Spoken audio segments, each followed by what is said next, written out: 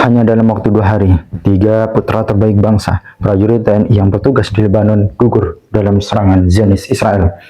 Pak Presiden, apakah Bapak akan tetap teguh dalam pernyataan-pernyataan Bapak? Banyak sekali yang positif ya, karena juga kita dianggap realistis, kita dianggap seimbang.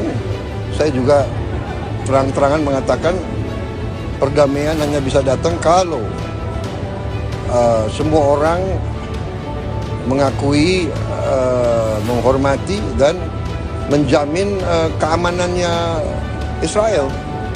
Israel pun harus dijamin keamanannya, baru kita bisa dapat perdamaian. Apakah Bapak tidak ada niatan untuk merevisi pernyataan itu, Pak?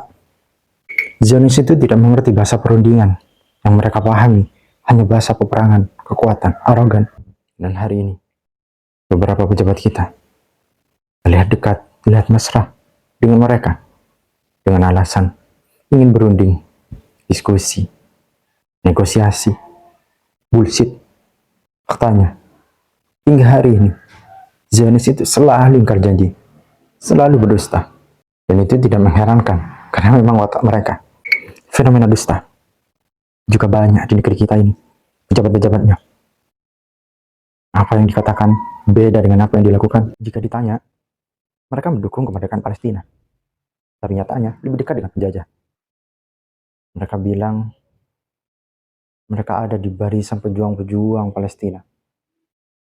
Pada kenyataannya, produk-produk Zionis dengan mudahnya masuk ke Indonesia. Bahkan perusahaan-perusahaannya bercokol di Indonesia. Tidak berani dicabut izinnya. Seharusnya, jika memang serius, stop produk-produk itu masuk ke negeri kita. Di bawah berjuang, boykot dan sebagainya. Tapi produk-produk Zionis itu membanjiri pasar-pasar kita. Dibeli oleh masyarakat-masyarakat yang tidak paham. Kita telah membantu penjajah. Kita telah memodali penjajah.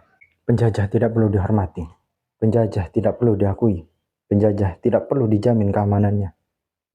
Kepada pemerintah, jika kalian ingin berbuat kezaliman, jangan atasnamakan rakyat yang masih suci hati nuraninya. Kami tetap teguh dalam amanat undang-undang bahwa penjajahan di atas dunia harus dihapuskan. Dan selama kemerdekaan Palestina tidak diberikan kepada rakyat Palestina, selama itu pula kami akan tetap menentang Israel. Indonesia siap untuk mengakui Israel dan kita siap untuk membuka hubungan diplomatik dengan Israel. Ada di antara orang Indonesia yang mendukung Israel, kalian pengkhianat Indonesia. Karena Indonesia ini merdeka salah satunya adalah berkat pengakuan Palestina, doa orang Palestina. Andai Anda bukan seorang Muslim, Anda adalah seorang Indonesia. Andai bukan orang Islam, andai bukan orang Indonesia, cukup menjadi manusia. Tak usah jadi orang Indonesia, tak usah jadi orang Islam, cukup jadi manusia saja. Saya tegaskan bahwa kita juga harus mengakui dan menjamin hak Israel memandang hanya penyelesaian two-state solution. Satu-satunya solusi adalah two-state solutions. Itu bukan satu-satunya solusi. Itu sumber masalah. Itu sumber masalah, Pak. Sumber masalahnya adalah ada orang yang sudah ada di situ, ada orang lain datang.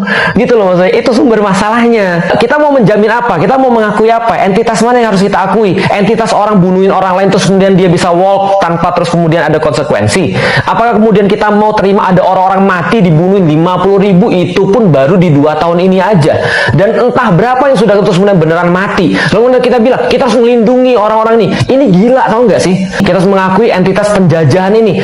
Loh, terus di mana pembukaan Undang-Undang Dasar 1945 itu bahwa penjajahan di atas dunia harus dihapuskan karena tidak sesuai dengan pri kemanusiaan dan pri keadilan? Harusnya Indonesia harusnya mengetahui ini dan menyadari ini, karena mereka 350 tahun mengalami penjajahan.